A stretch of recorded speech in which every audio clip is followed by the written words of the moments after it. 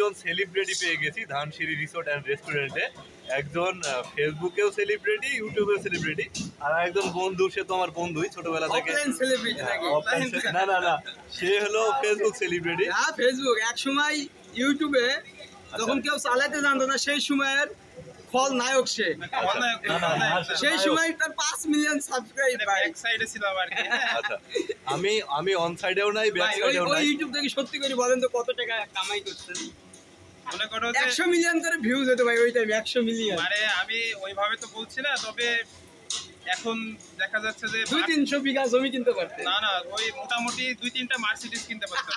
আচ্ছা, ওই টাইমে ভাবা যায় যে 2014-15 সালের দিকের কথা, ওই টাইমে এক একটা ভিডিও ভিউজ হইতো 100 মিলিয়ন 70 মিলিয়ন ইউটিউবে। আচ্ছা আচ্ছা, অথচ এই মানুষটাকে কেউ চেনে না, মানে ব্যাক সাইডে কাজ করলে যা হয়। মানে আমরা কিন্তু এখন পর্যন্ত তার নাম বলি, হ্যাঁ আর কেউ চেনে না। নাম চেনা দরকার আছে, মানুষই তো নাম রিভিল করার দরকার নাই, কিন্তু নাম রিভিল করার তো আমার বন্ধু এক সময় ইউটিউবে ভাইরাল, এক সময় আমার বন্ধু ইউটিউবে ভাইরাল ছিল, এখন সে ফেসবুকেও ভাইরাল। আজকে কিন্তু আমরা সবাই এসেছি ধানসিঁড়িতে।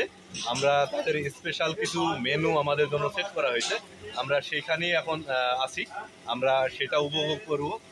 অনেক কিছু আমাদের জন্য এখন রেডি হচ্ছে ধানসিঁড়িতে, তো সেটার অপেক্ষায় আমরা সবাই বসে আছি কখন রেডি হবে আর আমরা কখন খাবো।